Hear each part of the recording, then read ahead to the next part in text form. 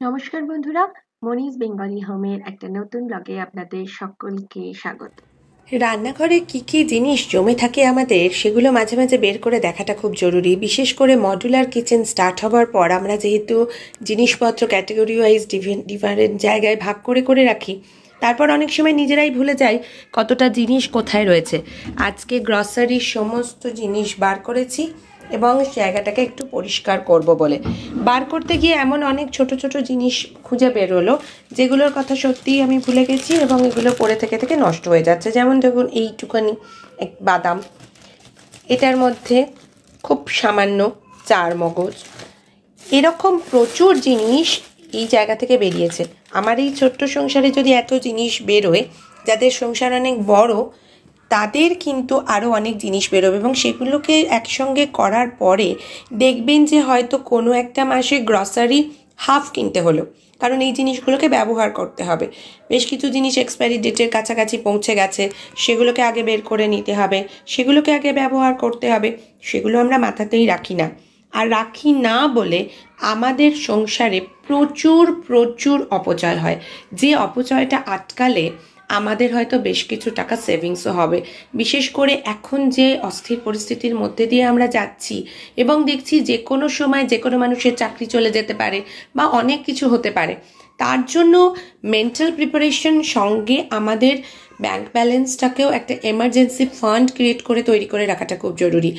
আমরা যারা চাকরি করি তারা তো করবই, যারা চাকরি করি না তারাও কিন্তু সেভিংসের মাধ্যমে একটা বড় অ্যামাউন্ট আপনাদের ব্যাংক অ্যাকাউন্টে জমা করে রাখতে পারেন।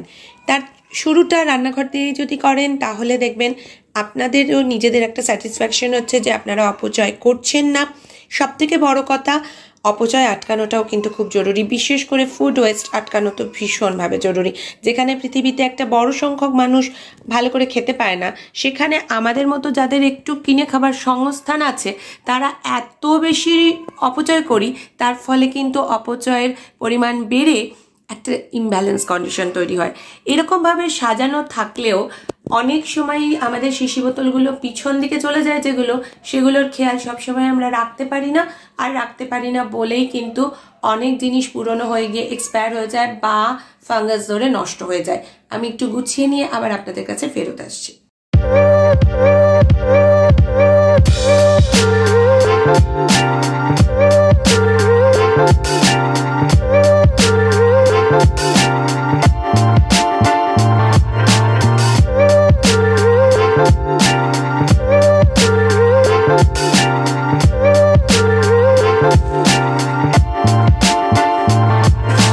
ক্যাটাগরি ওয়াইজ সাজিয়ে রাখার চেষ্টা করি আমি, যাতে জিনিসগুলো খুঁজে পাওয়া সুবিধা হয়। তবুও তো দেখলেন কীরকম একটা মেস হয়ে যায় মাঝে মাঝে।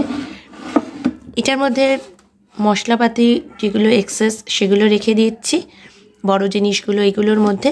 এইভাবে একটু অর্গানাইজ করে রাখলে আশা করি পরবর্তী ক্ষেত্রে আমার আর একটু সুবিধা হবে।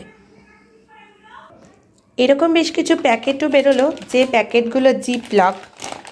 এগুলো বাইরে বেড়াতে যাওয়ার সময় আমি একজনের কাছে দেখেছিলাম, এটার মধ্যে করে মুড়ি বা কিছু যেগুলো বাচ্চাদের জন্য এক্সেস আমরা ড্রাই ফ্রুট ব্যাগে রাখি, চিঁড়ে, সেগুলো নিয়ে গেছিলেন।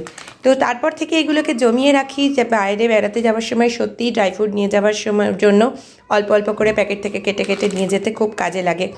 তো এগুলো অনেকগুলো বেরোলো, ভুলেই গিয়েছিলাম এগুলোর কথা। এরকমভাবে মাঝে মাঝে খোঁজাখুঁজি করলে অনেক কিছু জিনিস খুঁজে পায় যেগুলো আবার পরে অন্য কোনো কাজে লাগে।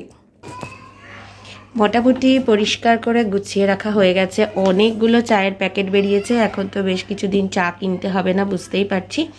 আমাদের তো বিভিন্ন রকমের চা বাড়িতে আসে। দেখুন, এটা লেমন গ্রিন টি, এটা নর্মাল গ্রিন টি, এখানে একটা হোয়াইট টি আছে, এখানে আরও একটা আছে, এটা তো এখনও ফুল প্যাক, এটা জিঞ্জার তুলসী গ্রিন টি।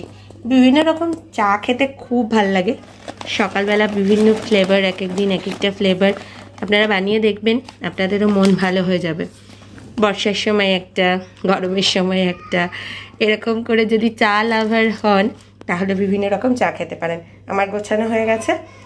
তবে এবারে যেটা করতে হবে সেটা হচ্ছে গোছানোর পরে যে ধুলোগুলো বেরোলো সেগুলোকে ঝাড়তে হবে। চারিদিক ধুলোয় ভরে গেছে। তার জন্য আমি মাস্কটা পরে নিলাম আর এবার ধুলো ঝাড়ার কাজ শুরু করি।